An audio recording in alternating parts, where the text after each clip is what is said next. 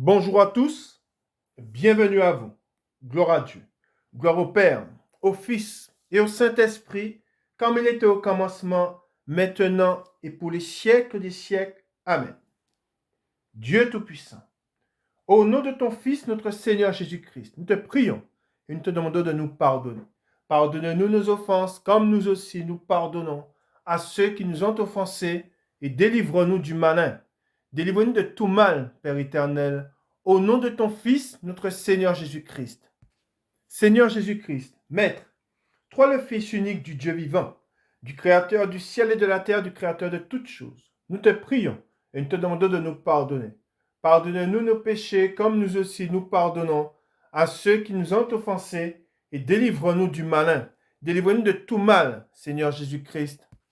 Esprit Saint, Esprit Consolateur, fortifie-nous, affermis-nous et restaure-nous, et conduis-nous sur la voie droite qui mène jusqu'à notre Seigneur Jésus-Christ et jusqu'au Dieu le Père. Amen. Nous allons maintenant faire la prière que notre Seigneur Jésus-Christ, notre Maître, nous a enseignée, et nous disons: Notre Père qui es aux cieux, que ton nom soit sanctifié, que ton règne vienne, que ta volonté soit faite sur la terre comme au ciel. Donne-nous aujourd'hui notre pain quotidien. Pardonne-nous nos offenses, comme nous aussi nous pardonnons à ceux qui nous ont offensés. Et ne nous induis pas en tentation, mais délivre-nous du malin, car c'est à toi qu'appartiennent dans tous les siècles le règne, la puissance et la gloire. Amen. Nous allons maintenant faire la lecture du psaume 92. Louange et prospérité du juste. Psaume cantique pour le jour du sabbat. Il est beau de louer l'Éternel et de célébrer ton nom, ô Très-Haut, d'annoncer le matin ta bonté et ta fidélité pendant les nuits, sur l'instrument à 10 cordes et sur le luth, au son de la harpe. Tu me réjouis par tes œuvres, ô Éternel, et je chante avec allégresse l'ouvrage de tes mains. Que tes œuvres sont grandes, ô Éternel, que tes pensées sont profondes. L'homme stupide n'y connaît rien, et l'insensé n'y prend point garde. Si les méchants croissent comme l'herbe, si tous ceux qui font le mal fleurissent, c'est pour être détruits à jamais. Mais toi, tu es le Très-Haut à perpétuité, ô Éternel. Car voici tes ennemis, ô Éternel. Car voici tes ennemis périssent. Tous ceux qui font le mal sont dispersés, et tu me donnes la force du buffle. Je suis arrosé avec une huile fraîche. Mon œil se plaît à contempler mes ennemis, et mon oreille à entendre mes méchants adversaires. Les justes croissent comme le palmier. Ils s'élèvent comme le cèdre du Liban, plantés dans la maison de l'Éternel. Ils prospèrent dans les parvis de notre Dieu. Ils portent encore des fruits dans la vieillesse. Ils sont pleins de sève et verdoyants, pour faire connaître que l'Éternel est juste. Il est mon rocher, et il n'y a point en lui d'iniquité. Amen. Nous sommes réunis pour le 3e dimanche autour de la parole, le titre: Jésus lui dit: Je suis la résurrection et la vie. Amen. Avant de continuer la parole sur et Jésus lui dit: Je suis la résurrection et la vie, avant de continuer là où nous étions arrêtés, il est très important, c'est quelque chose et que le Saint-Esprit me met à cœur de vous dire, et c'est quelque chose que nous devons savoir, et c'est quelque chose que nous devons dire, proclamer, c'est qu'effectivement Jésus-Christ, il est la résurrection et la vie, mais pour pouvoir prendre part à la résurrection et à la vie, il faut avoir la foi. Nous allons voir dans la parole de Dieu dans la doctrine qui était fondée, qui était tirée du roc, nous allons voir ce qui est écrit. Nous ne devons pas nous séduire nous-mêmes et nous ne devons pas nous laisser séduire. Il y a beaucoup de fausses doctrines. Il y a beaucoup de séducteurs dans le monde. Et il y a de la tromperie. Et nous devons dire la vérité, car Jésus-Christ lui-même est le chemin, la vérité et la vie. Il faut que celui qui s'approche de Dieu croit que Dieu existe. Si un homme n'a pas la foi, il ne peut pas être agréable à Dieu. On voit que la foi, elle est très importante. Et c'est pour cela que si un homme n'a pas la foi en Jésus-Christ, si un homme ne le reçoit pas, il n'héritera point de la vie éternelle. Il sera séparé de Dieu pour l'éternité. C'est quelque chose que nous devons comprendre. Et c'est pour cela que Jésus-Christ dit, voyons l'importance de la foi. Il dit, quand reviendrai-je, trouverai-je la foi? Fait que la foi, et nous allons lire ces passages dans les Écritures, afin de ne pas être trompés et de ne pas nous séduire nous-mêmes. Que la foi est très, très, très importante. Et que tous ceux qui ont pris part au royaume des cieux, et tous ceux qui se sont approchés de Dieu, c'est par la foi qu'ils se sont approchés de Dieu. Amen. Nous allons dans la parole de Dieu et nous allons lire ce qui est dit dans la parole de Dieu. Amen. Nous allons dans Hébreux,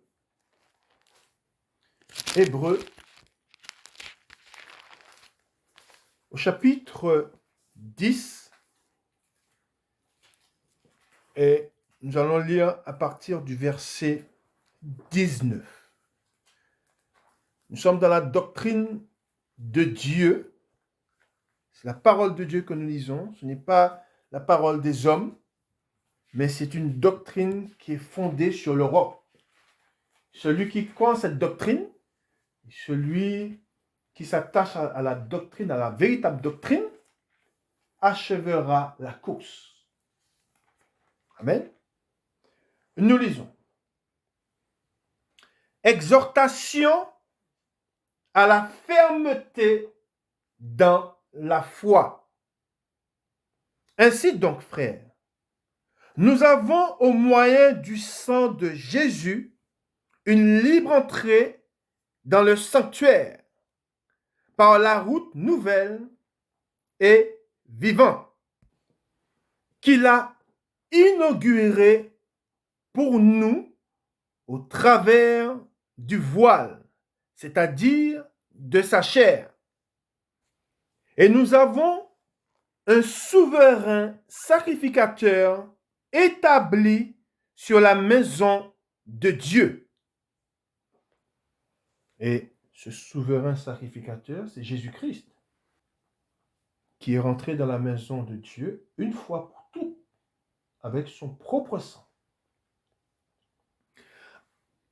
Il est dit au 22, approchons-nous donc avec un cœur sincère dans la plénitude de la foi. Amen. Les cœurs purifiés d'une mauvaise conscience et le corps lavé d'une eau pure. Retenons fermement la profession de notre espérance, car celui qui a fait la promesse est fidèle. Amen. Il est fidèle. Veillons les uns sur les autres pour nous exciter à l'amour et aux bonnes œuvres. N'abandonnons pas notre assemblée comme c'est la coutume de quelques-uns, mais exhortons-nous réciproquement, et cela d'autant plus que vous voyez s'approcher le jour. Amen. Et nous voyons, je fais une parenthèse, et nous voyons le jour du Seigneur s'approcher. Car nous voyons sa parole s'accomplir tous les jours autour de nous.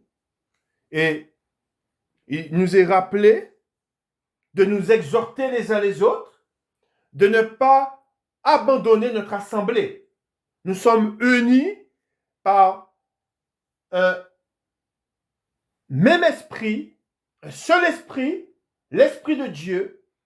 Et étant unis dans l'esprit de Dieu, l'esprit de Dieu nous conduit dans la vérité. L'esprit de Dieu nous rappelle les choses de Dieu. L'esprit de Dieu nous met à cœur de rechercher la vérité. Amen. Et cette vérité, c'est ce que le Saint-Esprit nous rappelle en nous disant que sans la foi, nous allons le voir, il est impossible d'être agréable à Dieu. Et que pour s'approcher de Dieu, qui est Jésus-Christ, il faut croire en lui.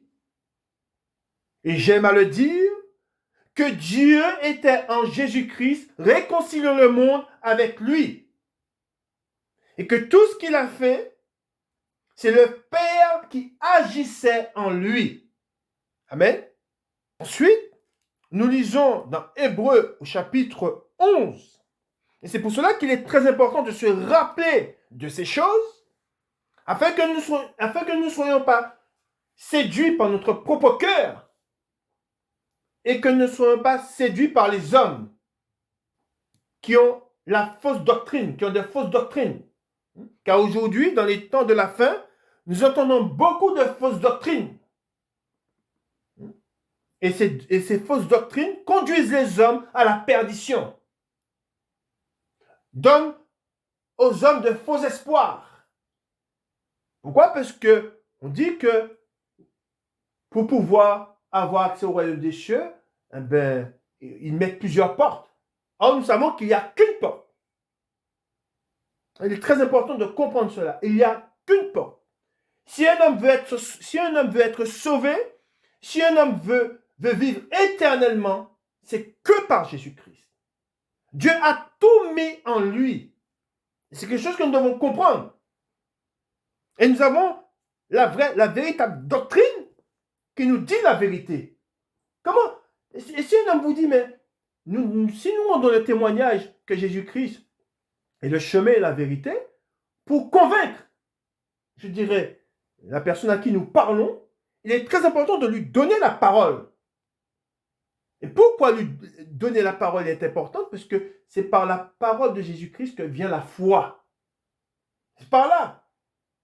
C'est pas... Et si vous connaissez la parole de Dieu, vous savez que c'est pas par les miracles qu'un homme est sauvé. Quand je dis par les miracles, c'est pas en voyant des miracles. Pourquoi? Parce que du temps de Jésus, beaucoup ont vu des miracles et pourtant, ils n'ont pas cru en Jésus-Christ. Pourquoi? Parce que c'est par la foi, ce n'est pas par la vue, mais c'est par la foi. Et cette foi, elle vient de la parole de Dieu, parce que nous entendons. C'est ça que Jésus-Christ disait, ils reconnaîtront ma voix. C'est ça cette vérité-là. Amen. Et nous lisons dans Hébreux au chapitre 11, regardez ce qu'il est écrit, lisez bien, et que cette parole soit gravée dans votre cœur, afin que vous ne soyez pas séduits par votre propre cœur. Hein? Les témoins de la foi. Hébreux chapitre 11. Or, la foi est une ferme assurance des choses qu'on espère, une démonstration de celles qu'on ne voit pas. Pour l'avoir possédée, il est dit, les anciens ont obtenu un témoignage favorable. Amen. N'oublions pas que c'est par la foi. Abraham crut à Dieu, cela lui fait imputer à justice, par la foi. Hein? Jacob crut en Dieu. Moïse, c'est par la foi. Hein? Il est dit, au 2, pour l'avoir possédé, les anciens ont obtenu un témoignage favorable. C'est par la foi que nous reconnaissons que l'univers a été formé par la parole de Dieu, en sorte que ce qu'on voit n'a pas été fait de choses visibles. C'est par la foi qu'Abel offrit à Dieu un sacrifice plus excellent que celui de Caïn. C'est par elle qu'il fut déclaré juste, Dieu approuvant ses offrandes. Et c'est par elle qu'il parle encore, quoique mort. C'est par la foi qu'Enoch fut enlevé pour qu'il ne voie point la mort. Amen, je reprends. C'est par la foi, il est écrit, qu'Enoch fut enlevé pour qu'il ne voie point la mort. Et il ne parut plus parce que Dieu l'avait enlevé, car avant son enlèvement, il avait reçu le témoignage qu'il était agréable à Dieu. Amen. C'est quelque chose, rien ne peut venir ébranler ni ôter ce qui est écrit là. C'est sur cette parole que nous nous édifions. C'est sur cette parole que nous amenons les hommes à Dieu. Et en leur donnant cette vérité, nous sommes sûrs qu'ils sont sur le véritable chemin qui mène à Dieu. Et pas autre chose.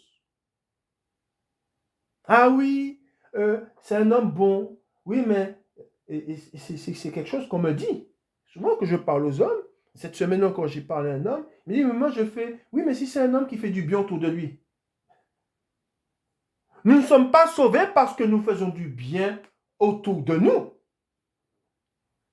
C'est pour cela qu'il est dit, un dira, moi j'ai la foi, un dira, moi j'ai la foi, et toi tu as les œuvres. C'est la foi et les œuvres. Ce ne sont pas les œuvres, nous ne sommes pas sauvés par nos œuvres. Nous sommes sauvés par la grâce au moyen de la foi. Amen. Et c'est pour cela qu'il est très important de comprendre que c'est en ayant la foi en Jésus-Christ et en mettant sa parole en pratique que nous avons accès à la vie éternelle. Amen. Alors, je reprends le verset 5. Il est très important de comprendre cela. Il est dit qu'Enoch ne vit point la mort. C'est par la foi qu'Enoch fut enlevé pour qu'il ne voie point la mort. Amen. Et il ne parut plus parce que Dieu l'avait enlevé. Car avant son enlèvement, il avait reçu le témoignage qu'il était agréable à Dieu. Et lisons bien ce qui est écrit à partir du verset 6. Or, sans la foi, il est impossible de lui être agréable. Amen. Est-ce que vous avez bien compris ou pas? Est-ce que vous avez bien lu? Je reprends. C'est très important de comprendre. Ça doit être gravé dans le marbre, je dirais, dans la pierre. Cette parole ne peut être effacée. Le ciel et la terre passeront, mais mes paroles resteront, demeureront. Amen. Mes paroles ne passeront pas. C'est ça. Alors je reprends. Or, sans la foi, et vous savez, c'est quelque chose que j'ai souligné dans ma Sainte Bible. Je l'ai souligné. Et je la repasse, je la relis, je la relis, je la relis, je la relis. Afin de ne pas mettre cette parole en oubli. Et si j'entends quelque chose qui est contraire à cette vérité, je reprends. Quand nous devons reprendre, quand nous entendons quelque chose qui est contraire à la vérité. Alors je reprends. Or, sans la foi, il est impossible de lui être agréable. Car il faut que celui qui s'approche de Dieu, croit que Dieu existe et qu'il est le rémunérateur de ceux qui le cherchent. Amen. Et on va regarder ce qu'il est dit ensuite au 7. C'est par la foi que Noé, divinement averti des choses qu'on ne voyait pas encore, et saisi d'une crainte respectueuse, construisit une arche pour sauver sa famille. C'est par elle qu'il condamna le monde et devint héritier de la justice qui s'obtient par la foi. Amen. Alors, effectivement, et c'est le titre de la parole, il est la résurrection et la vie. Mais comment puis-je avoir accès à cette résurrection et à cette vie si en croyant en la résurrection et à la vie. Et la résurrection, la vie, c'est Jésus-Christ. Amen. C'est ça. Vous savez, il y a quelques mois en arrière, je regardais une émission, c'était le journal, et on parlait d'une conversation qu'avait eue Poutine avec Xi Jinping. Je crois que c'est le président chinois. Et il parlait de la vie éternelle. Parce qu'ils sentent que l'heure approche, ils sont sur le déclin, hein? Le dépérissement commence à les atteindre, et ils échangeaient sur la vie éternelle. Tout est dit. Dieu n'a pas caché la vérité. Mais cette vérité, ils veulent la changer. Les Chinois, le gouvernement chinois actuellement fait tout pour changer les Saintes Écritures. Ils veulent réécrire la Sainte Bible parce qu'ils ne croient pas en cette parole. Alors ils ont beau chercher, hein, ils ont beau courir après la vie éternelle, ils ne l'auront jamais. Pourquoi? Parce qu'ils n'ont pas cru en celui chez qui elle est véritablement. C'est ça cette vérité. Or, nous savons que si nous voulons avoir accès à cette vie éternelle, nous devons croire en celui que Dieu a envoyé. Et celui que Dieu a envoyé, c'est Jésus-Christ. Et c'est pour cela qu'il est dit dans la parole de Dieu, un seul nom a été donné par qui nous sommes sauvés. Un seul nom. Et c'est Jésus-Christ. Amen.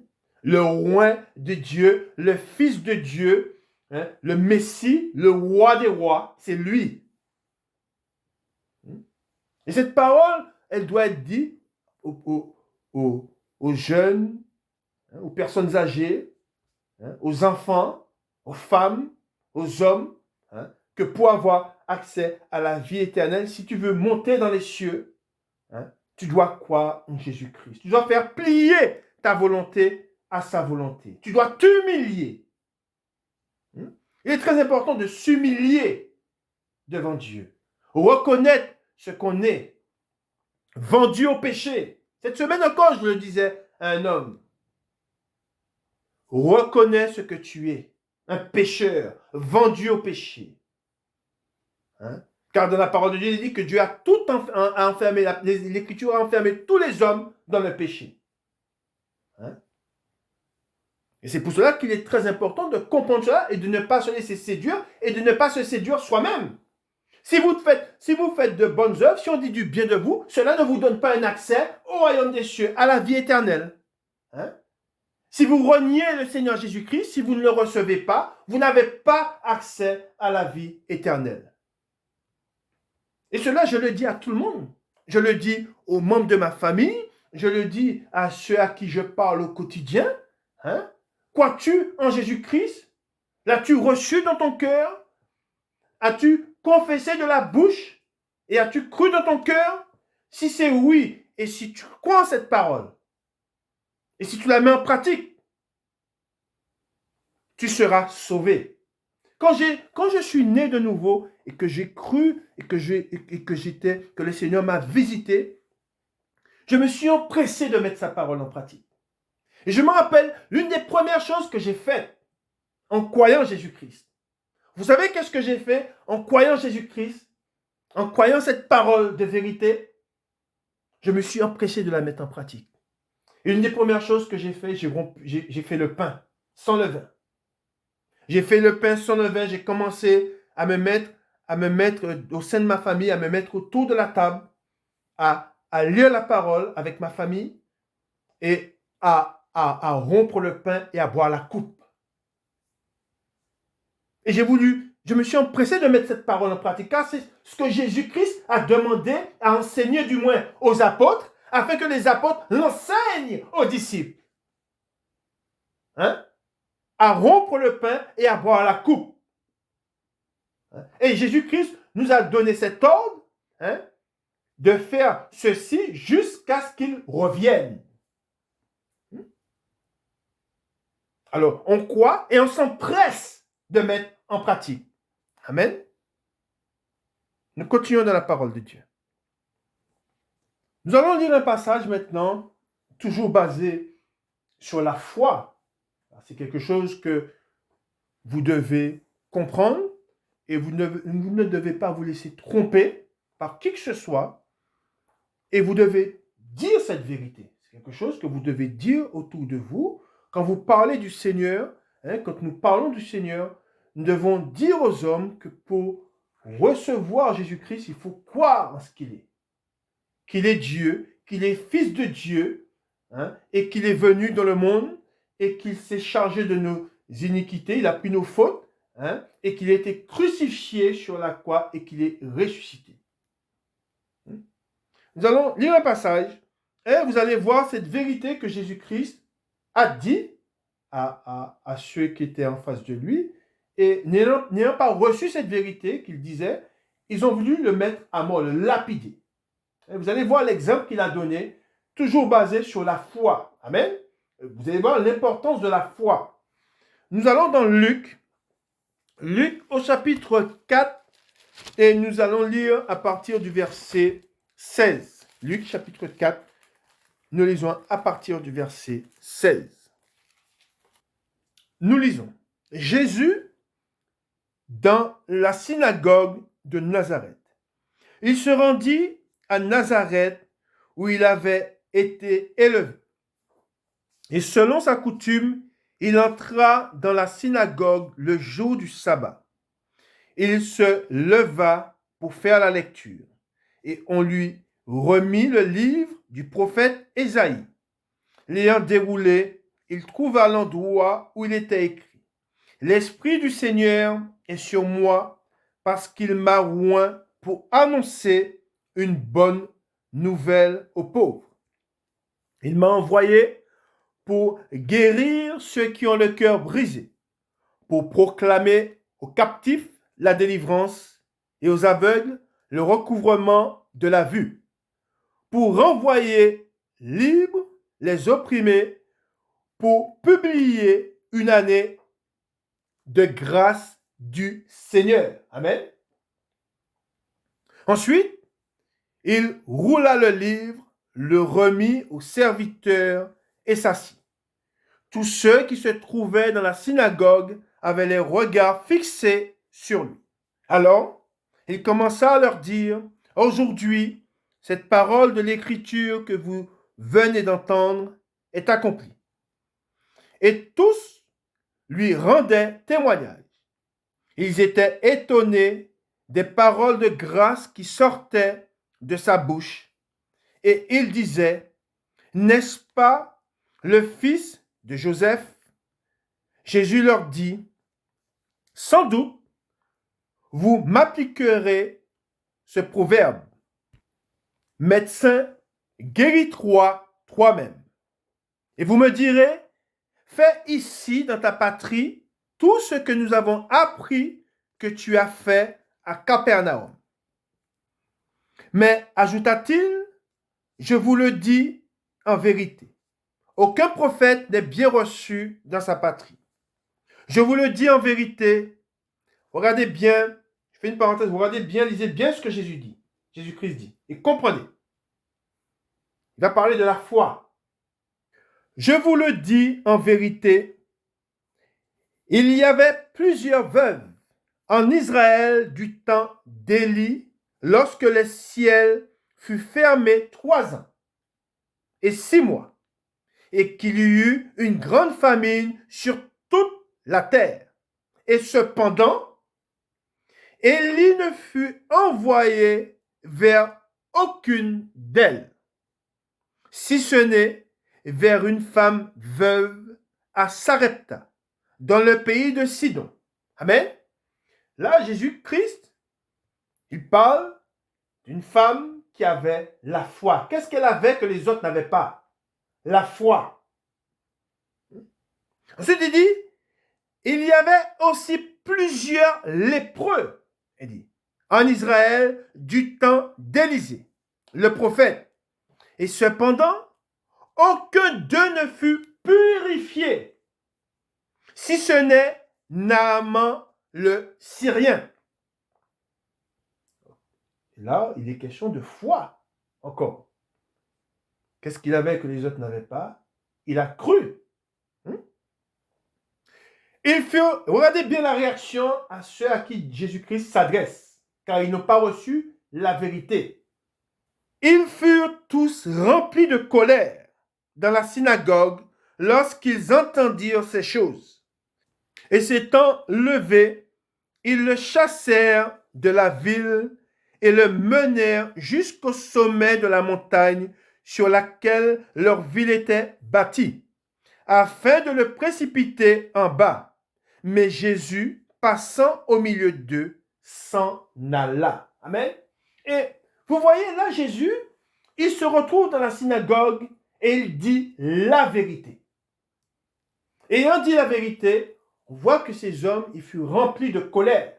De même que nous, si nous disons, si nous allons proclamer cette vérité, que pour entrer dans le royaume des cieux, pour avoir la vie éternelle, il faut croire en Jésus-Christ. Beaucoup vous diront, mais qu'est-ce que tu racontes? Alors, que vont devenir toutes ces personnes qui sont témoins de Jéhovah, catholiques, ou toutes ces personnes qui sont musulmans? Qu'est-ce qu'ils vont devenir puisque ces personnes-là prient? Mais toutes les prières que font toutes ces personnes, ce sont des prières qui sont vaines. Pourquoi? Pourquoi ces prières sont vaines? Pourquoi leurs prières ne vont pas jusqu'à Dieu? Parce qu'ils n'ont pas reçu Jésus-Christ et qu'ils ne mettent pas sa parole en pratique. C'est ça la différence. Quand vous parlez aux musulmans de Jésus-Christ, vous lui dites la vérité, que Jésus-Christ, il est Dieu, qu'il est fils de Dieu. Ils disent non, c'est un prophète. Mais c'est plus qu'un prophète. Quand vous parlez de Jésus-Christ aux témoins de Jéhovah, ils ne croient pas en la parole. Ils la lisent, mais ils ne croient pas en la parole. Ils ne vont pas rompre le pain, ils ne vont pas boire la coupe. Ils se la passent. Quand ils la font, ils se la passent entre eux. C'est ça la vérité. Et quand vous parlez des catholiques, alors oui, les catholiques sont des millions, ils sont même des milliards. Mais ils sont quoi? Ils sont idolâtres. Hein? Ils prient Marie. Hein? Ils ne reconnaissent pas la divinité de Jésus-Christ. Ils ne reconnaissent pas que Jésus-Christ est le salut. Chez les catholiques, il y a plusieurs saluts. C'est ça la vérité. Ils font ce qui est contraire à Dieu. Aucun catholique n'héritera du royaume des cieux. Aucun témoin de Jéhovah n'héritera du royaume des cieux. Aucun musulman n'héritera du royaume des cieux. C'est une vérité. Et même s'ils ne la reçoivent pas, nous demeurons dans cette vérité. Et nous avons bâti et nous avons cru aux Saintes Écritures et nous nous empressons de la mettre en pratique. C'est ça la vérité. Jésus-Christ, il est la porte. Jésus-Christ a parlé de l'enfer et il a parlé du royaume des cieux, de la vie éternelle. Le témoin de Jéhovah, il ne croit pas en l'enfer. Il dit qu'après la mort, il dort. Il n'y a plus rien. Or, c'est contraire à ce qui est dit dans les Écritures. Amen. Et c'est pour cela que je dis comme quoi qu'il est très important que nous attachions à ce qui est écrit. Amen. Nous allons lire un passage maintenant et vous allez voir ce que Jésus-Christ dit. Nous allons lire ce qu'il dit et il dit la vérité. Il ne trompe point. Et celui qui croit en la parole de Jésus-Christ, qui s'humilie, qui le reçoit dans son cœur et qui s'empresse de mettre sa parole en pratique, celui-là est sauvé. Amen. Et nous allons lire dans Jean, vous allez voir ce que Jésus-Christ dit, nous allons lire ce qu'il dit. Nous allons dans Jean au chapitre 6 et nous allons lire à partir du verset 22. Jean chapitre 6, le verset 22. Le titre, Jésus, le pain de vie. Amen. Jésus, le pain de vie. Et nous allons voir ce que Jésus-Christ dit. Amen. Nous lisons. La foule qui était restée de l'autre côté de la mer avait remarqué qu'il ne se trouvait là qu'une seule barque et que Jésus n'était pas monté dans cette barque avec ses disciples, mais qu'ils étaient partis seuls. Le lendemain, comme d'autres barques étaient arrivées de Tibériade, près du lieu où ils avaient mangé le pain après que le Seigneur eut rendu grâce, les gens de la foule, ayant vu que ni Jésus ni ses disciples n'étaient là, montèrent eux-mêmes dans cette barque et allèrent à Capernaum, à la recherche de Jésus. Et l'ayant trouvé au-delà de la mer, ils lui dirent, « Rabbi, quand es-tu venu ici ?» Jésus leur répondit, « en vérité, je vous le dis, vous me cherchez non parce que vous avez vu des miracles, mais parce que vous avez mangé des pains et que vous avez été rassasiés. Travaillez non pour la nourriture qui périt, mais pour celle qui subsiste pour la vie éternelle, et que le Fils de l'homme vous donnera. Car c'est lui que le Père, que Dieu lui-même a marqué de son sceau. Amen. Et que Dieu a marqué Jésus-Christ de son sceau. Ils lui dirent, que devons-nous faire pour accomplir les œuvres de Dieu? Jésus leur répondit, l'œuvre de Dieu, c'est que vous croyez en celui qui l'a envoyé. Amen. Nous devons avoir foi en Jésus-Christ. Nous devons croire que Dieu l'a véritablement envoyé et qu'en lui est la vie éternelle. Ensuite, il dit, quel miracle fais-tu donc, lui dirent-ils, afin que nous le voyions et que nous croyions en toi. Que fais-tu? Nos pères ont mangé la manne dans le désert, selon ce qui est écrit. Il leur donna le pain du ciel à manger.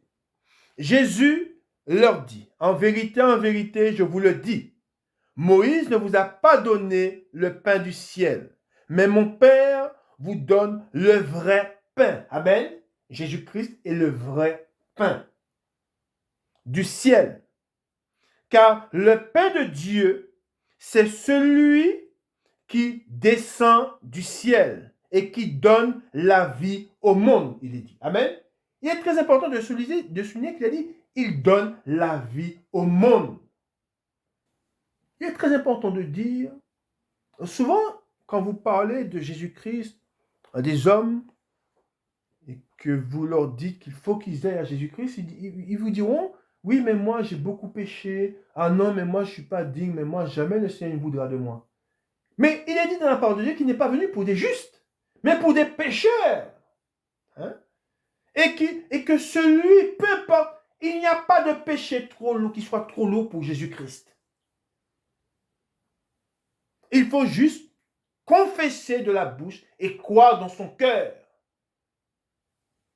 Amen. Qu'il est Dieu et qu'il est venu pour nous racheter. Ensuite, au 34, et lui dire, Seigneur, donne-nous toujours ce pain. Jésus leur dit, je suis le pain de vie. Amen. Celui qui vient à moi n'aura jamais faim. Et celui qui croit en moi n'aura jamais soif.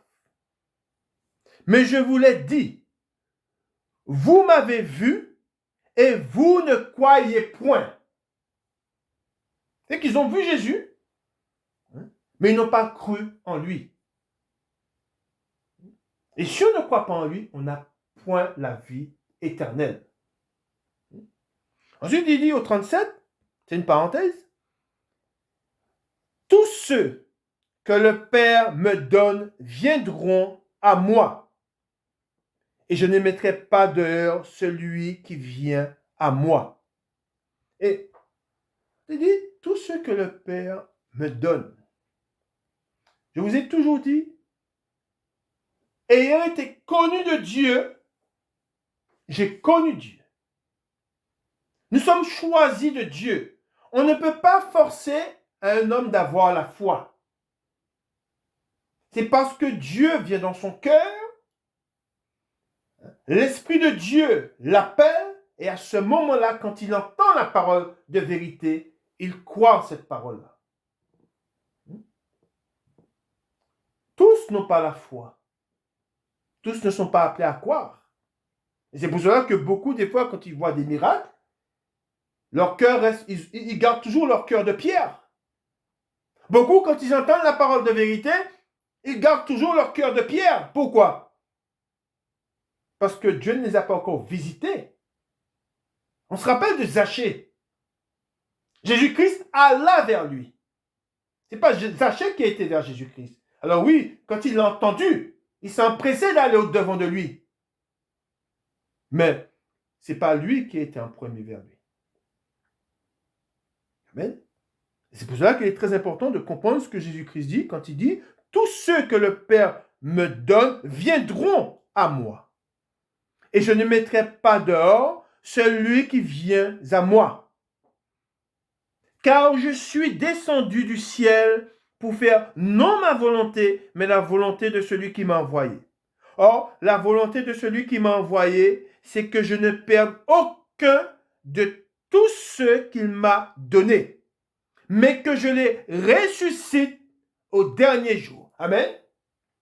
Ensuite, au 40, la volonté de mon Père, c'est que quiconque voit le Fils, regardez bien ce qu'il dit. Je reprends au 40. C'est très important de comprendre cela.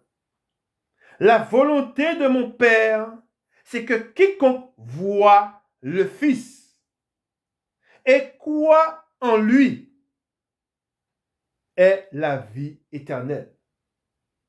Vous savez, quand nous lisons la parole de Dieu, quand j'ai commencé, quand le Seigneur, quand le voile a été ôté, et quand j'ai commencé à lire la parole de Dieu, et quand ce que je lisais, je voyais le Seigneur. Je me rappelle quand je lisais les miracles que Jésus faisait, quand il est écrit, et il chassa beaucoup de démons, et il guérit beaucoup. Je le voyais, en lisant, je voyais le Seigneur agir, faire l'œuvre, et j'ai cru. Et quand j'ai lu, quand j'ai lu qu'il est écrit et il chassa beaucoup de démons, je me suis dit, si Jésus a chassé beaucoup de démons, si des gens étaient possédés, c'est que c'est vrai. Et nous vivons dans un monde où ce sont des choses, allez dire à un médecin, oui, je connais quelqu'un, ou voilà, des gens possédés, ça existe. Le médecin, il va vous dire, mais vous êtes fous. Ça, ce sont des choses, la parole de Dieu pour eux, c'est des choses, c'est des histoires. Oh, c'est quelque chose que le diable veut. Qu'on ne reconnaisse pas ces choses-là. Le diable, là où il y a la victoire sur les païens, c'est qu'il fait croire aux païens que ces choses n'existent pas. C'est comme ça qu'il rentre dans leur foyer et qu'il les détruit de l'intérieur. Nous devons croire en ce qui est écrit. Quand nous lisons la parole de Dieu, nous devons croire en ce qui est écrit. Et ce que Jésus-Christ dit, c'est une vérité. Je reprends au 40. La volonté de mon Père, c'est que quiconque voit le Fils et croit en lui ait la vie éternelle. Amen. Et c'est pour cela qu'on se rappelle le titre. Jésus lui dit, je suis la résurrection et la vie. Il est la résurrection. Ensuite, il dit, et je le ressusciterai au dernier jour. Ensuite, au 41, les Juifs murmuraient à son sujet, parce qu'il avait dit, je suis le pain qui est descendu du ciel. Et il disait, n'est-ce pas là Jésus, le fils de Joseph, celui dont nous connaissons le père et la mère? Comment donc dit-il, je suis descendu du ciel? Jésus leur répondit, ne murmurez pas entre vous. Nul ne peut venir à moi si le Père qui m'a envoyé ne l'attire. Amen. Et c'est pour cela que vous voyez que des hommes, quand vous leur parlez de Jésus-Christ, quand vous leur donnez le témoignage, quand vous leur parlez des Écritures, ils ont le cœur endurci. Ils ont le voile. Il est dit dans la parole de Dieu que le voile ne sort que par Jésus-Christ. Amen. C'est lui seul qui ôte le voile. Et on se rappelle dans les Écritures, après la résurrection de Jésus-Christ, quand il marcha avec les deux hommes sur le chemin d'Emmaüs, qu'est-ce qu'il a dit? Et Jésus leur ouvrit les yeux, afin qu'ils comprennent, qu'ils le voient dans les Écritures. Et c'est pour cela que je vous dis que si Jésus n'enlève pas le voile, s'il ne donne pas un cœur de chair, le cœur reste de pierre. C'est pour cela que beaucoup d'hommes, quand vous leur parlez de Dieu, de Jésus-Christ, quand vous leur donnez, quand vous témoignez de la puissance du Seigneur, de ce qu'il fait dans nos vies, quand nous disons ce qu'il fait dans nos vies, les hommes, vous leur voyez, ils ont le visage fermé, ils ont leur cœur dur. Ensuite, il est dit, et je le ressusciterai au dernier jour. Nous sommes au 43, je reprends le 43. Jésus leur répondit, ne murmurez pas entre vous. Nul ne peut venir à moi si le Père qui m'a envoyé ne l'attire. Et je le ressusciterai au dernier jour. Il est écrit dans les prophètes, ils seront tous enseignés de Dieu. Ça veut dire quoi ça? Ils seront tous enseignés de Dieu. Par l'Esprit de Dieu. Amen. C'est l'Esprit de Dieu qui nous enseigne. Nous sommes enseignés par deux choses. Nous recevons l'enseignement de deux choses, je dirais. De la parole de Dieu et de l'Esprit de Dieu. Amen. Il est écrit dans les prophètes, ils seront tous enseignés de Dieu. Et ensuite, cette parole veut dire que parle aussi de Jésus-Christ, qui les enseigne. Jésus-Christ leur révèle des choses qui étaient cachées. Amen. Ensuite, il dit, ainsi quiconque a entendu le Père et a reçu son enseignement vient à moi. Amen. D'où l'Esprit de Dieu. Amen. C'est que nul n'a vu le Père sinon celui qui vient de Dieu. Celui-là a vu le Père. En vérité, je vous le dis, celui qui croit en moi. C'est très important de comprendre cela, de le marteler. En vérité, au 47, en vérité, je vous le dis. Celui qui croit en moi a la vie éternelle. Gloire à Dieu. Si tu crois en Jésus-Christ, si tu crois que Dieu l'a ressuscité d'entre les morts, si tu reconnais que tu es un pécheur et que Jésus-Christ est venu dans le monde et qu'il est mort pour le péché, et si tu crois en son œuvre, en l'œuvre de Dieu, tu as la vie éternelle. Amen. Et il est très important de comprendre que nous ne sommes pas trompés par Dieu. Les hommes vont nous tromper, vont chercher à nous tromper. Mais la parole de Dieu, elle ne trompe pas. L'Esprit de Dieu ne trompe pas. C'est pour cela que le Saint-Esprit me met à cœur, souvent quand je parle aux hommes, je leur dis tout simplement, reconnais le péché qui est en toi, qui t'anime. Et tu as horreur de ce que tu fais. Tu sais ce qui est bien, tu veux faire le bien, mais c'est le mal qui s'attache à toi. Crie vers Jésus-Christ. C'est ça la vérité. Ensuite, il est dit au 48, je suis le pain de vie. Vos pères ont mangé la manne dans le désert et ils sont morts. C'est ici le pain qui descend du ciel afin que celui qui en mange ne meure point. Amen. Je suis le pain vivant. Vous voyez le nombre de fois où Jésus le dit et le redit? Parce que des fois, les hommes sont durs d'entendement. On a beau leur dire, leur redire, que c'est par la foi, que c'est en Jésus-Christ seul que nous sommes sauvés. Il y a des hommes qui se séduisent et il y a des hommes qui se laissent séduire. Ils sont séduits par leur propre cœur et ils sont séduits parce qu'ils sont vendus, je dirais, à tous les vents.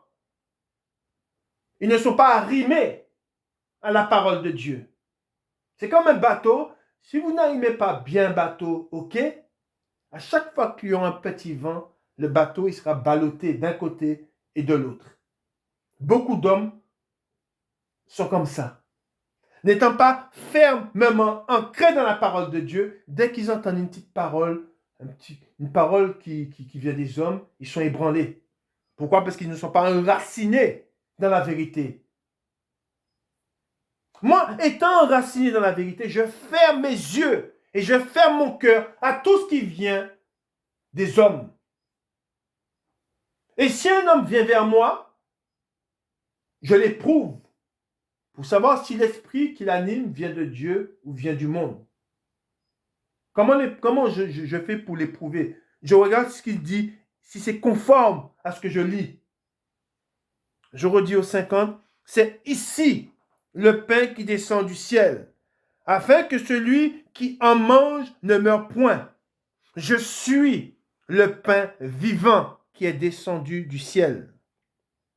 Si quelqu'un mange de ce pain, il vivra éternellement. Et le pain que je donnerai, c'est ma chair, que je donnerai pour la vie du monde. Là-dessus, les Juifs discutaient entre eux, disant, comment peut-il nous donner sa chair à manger?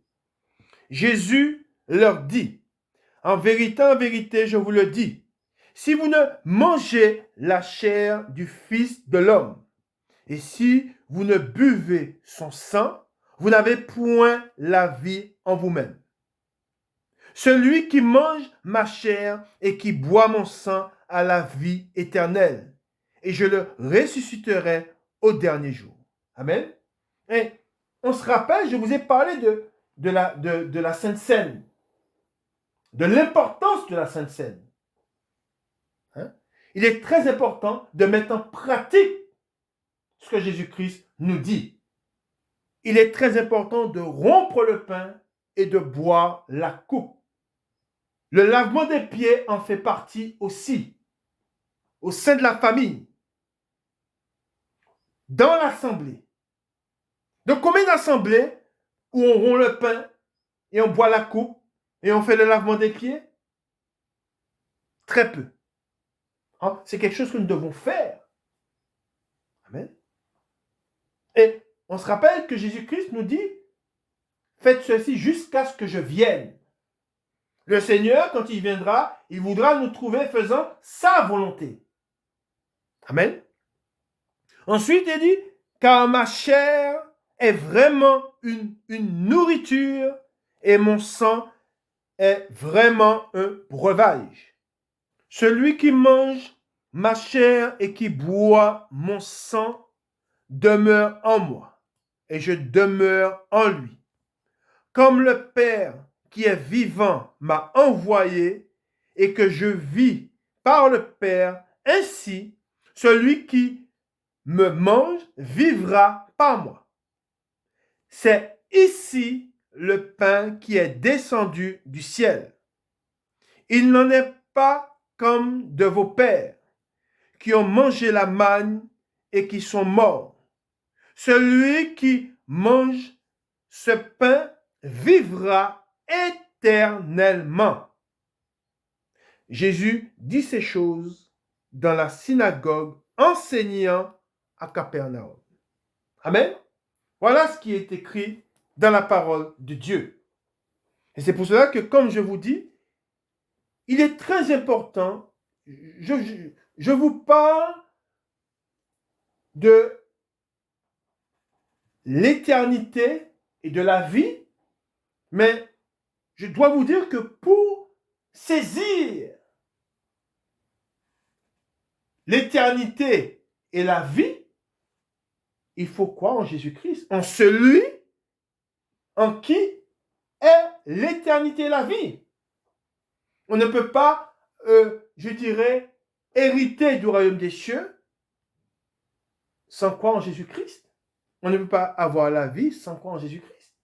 Car par lui, toutes choses ont été créées. Et rien de ce qui a été créé, ce que nous voyons autour de nous, et nous-mêmes, ce que nous voyons, notre corps, n'a été créé sans lui. En lui est la vie. Amen. Et c'est pour cela qu'il est très important de comprendre cela.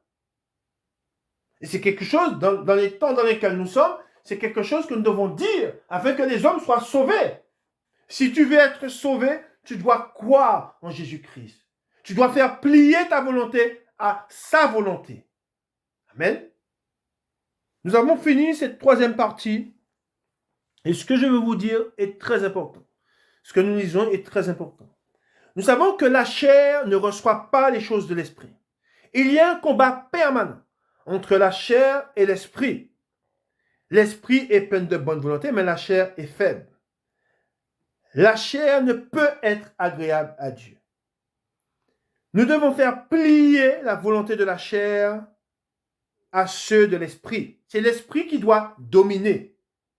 La chair ne conçoit pas la parole de Dieu. La chair ne conçoit pas tout ce qui est résurrection, tout ce qui est tout ce que nous dit la parole de Dieu. Or, il est très important de faire plier notre volonté à ce qui est écrit. Il est très important d'être esprit. Et c'est pour cela que je vous dis que ce sont des choses de l'esprit que nous lisons. La parole de Dieu est esprit, mais pour avoir accès au royaume des cieux, il faut être esprit. Et on se rappelle que quand Jésus-Christ devait accomplir la volonté de son Père, quand il devait se rendre à Jérusalem, Pierre s'approcha de lui et essayait de le dissuader d'aller à Jérusalem pour accomplir la volonté de Dieu. Et qu'est-ce que Jésus-Christ lui a dit? Arrière de moi, Satan, car tu ne conçois pas les choses de Dieu. La chair ne conçoit pas les choses de l'esprit. Il est très important de faire plier la volonté de la chair à ceux de l'esprit. Pour pouvoir s'approcher de Dieu, il faut être esprit. Pour pouvoir recevoir la parole de Dieu, il faut être esprit. Si nous sommes dans la chair ne reçoit pas les choses de l'esprit. Il est très important de comprendre cela. Et comme Jésus-Christ a dit à Pierre, arrière de moi, Satan, car tu ne conçois pas les choses de Dieu, quand la chair commence à nous dissuader de ce qui est esprit, nous devons chasser les pensées de la chair. Amen. Que le Seigneur vous bénisse et qu'il vous garde. Bon dimanche à vous. Amen.